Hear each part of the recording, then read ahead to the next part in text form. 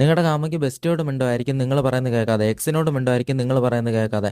സത്യത്തിൽ കാമുകി നിങ്ങൾ പറയുന്നത് കേൾക്കാത്തതിന് ഒരേ ഒരു റീസൺ മാത്രമേ ഉള്ളൂ. പല റീസൺ ഉണ്ടെങ്കിലും എല്ലാത്തിൻ്റെ അടിസ്ഥാനമായിട്ട് ഒരേ ഒരു റീസൺ മാത്രമേ ഉള്ളൂ. നിങ്ങളോട് അട്രാക്ഷൻ കുറഞ്ഞ് നിൽക്കുകയാണ്, നിങ്ങളോട് ഹെവി അട്രാക്ഷൻ ഇല്ല.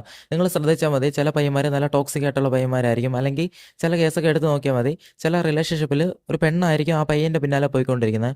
അവൻ എന്ത് പറഞ്ഞാലും കേൾക്കും. ബോയ് ബെസ്റ്റിയോട് മിണ്ടലെന്ന് പറഞ്ഞാൽ മിണ്ടത്തില്ല, കിണറ്റി ചാടാൻ പറഞ്ഞാലും ചാടും, എന്തൊക്കെ പറഞ്ഞാലും അവൾ അവൻ്റെ പിന്നാലെ പോയിക്കൊണ്ടിരിക്കും. അപ്പം നിങ്ങൾ പറയുന്നത് കേൾക്കാൻ വേണ്ടി രണ്ട് കാര്യങ്ങൾ മാത്രം മതി. ഒന്നാമത്തെ കാര്യം, നിങ്ങളോട് ഒരു ഹെവി അട്രാക്ഷൻ വേണം, ലോ ഇൻട്രസ്റ്റ് ആയിരിക്കരുത്. ഓക്കെ. രണ്ടാമത്തെ കാര്യം, നിങ്ങൾക്ക് റിലേഷൻഷിപ്പിൽ ഒരു വാല്യൂ വേണം.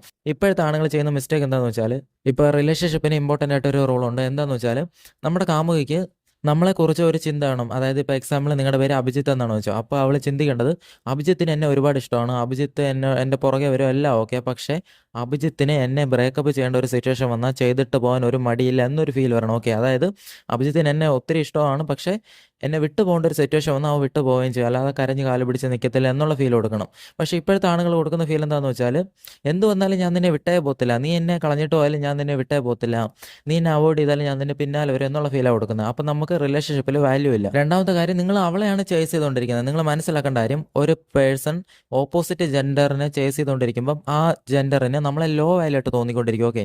അപ്പം ഹൈ വാല്യൂ ആയിട്ട് നിന്നാലേ നിങ്ങളോട് അട്രാക്ഷൻ നിൽക്കത്തുള്ളൂ, ഹെവി അട്രാക്ഷൻ നിൽക്കത്തുള്ളൂ. ഇപ്പം നിങ്ങൾ ലോ വാല്യൂ ആയിട്ട് നിൽക്കുക. മനസ്സിലായോ? നിങ്ങൾ ഞാൻ പറയുന്നത് വിശ്വസിക്കേണ്ട, ഓരോ കേസുകൾ എടുത്ത് പഠിച്ച് നോക്ക്. പെണ്ണുങ്ങൾ ആണുങ്ങളുടെ പിന്നാലെ പോയിക്കൊണ്ടിരിക്കുന്ന റിലേഷൻഷിപ്പിനെ കുറിച്ച് പഠിച്ചാൽ അവന്മാർക്ക് ആ റിലേഷൻഷിപ്പിൽ ഒരു വാല്യൂ ഉറപ്പായിട്ടുണ്ടായിരിക്കും. അവന്മാർ ഹൈ വാല്യൂ ആയിട്ട് ബിഹേവ് ചെയ്യും. അതായത് അവന്മാർ പറയുന്നത്, ശരി നിനക്ക് ബെസ്റ്റിയോട് വേണ്ടണോ, ശരി അവൻ്റെ കൂടെ പോയിക്കോ, എൻ്റെ കൂടെ വരണ്ട. ഓക്കെ, മനസ്സിലായി? അതായത് നീ അവൻ്റെ കൂടെ പോയിക്കോ, നീ പോയാലും പോയിക്കോ, നിന്നെ ബ്രേക്കപ്പ് ചെയ്യാൻ ഞാൻ റെഡിയാണ് എന്നുള്ള ഫീലാണ് കൊടുത്തുകൊണ്ടിരിക്കുന്നത്. അപ്പോൾ ഓട്ടോമാറ്റിക്കായിട്ട് അവൾക്ക് അവനെ ഹൈ വാല്യൂ ആയിട്ട് തോന്നിക്കൊണ്ടിരിക്കും. ഹൈ വാല്യൂ ആയിട്ട് തോന്നുന്നുകൊണ്ട് ഹെവി അട്രാക്ഷൻ നിൽക്കും. ഓക്കെ. രണ്ടാമത്തെ കാര്യം, അവന് റിലേഷൻഷിപ്പിന് വാല്യൂ ഉണ്ട്, നീ പോയാലും പോയിക്കോ എന്ന് പറഞ്ഞ് റെഡി ആയിട്ട് അവൻ നിൽക്കുന്നത്. ഓക്കെ.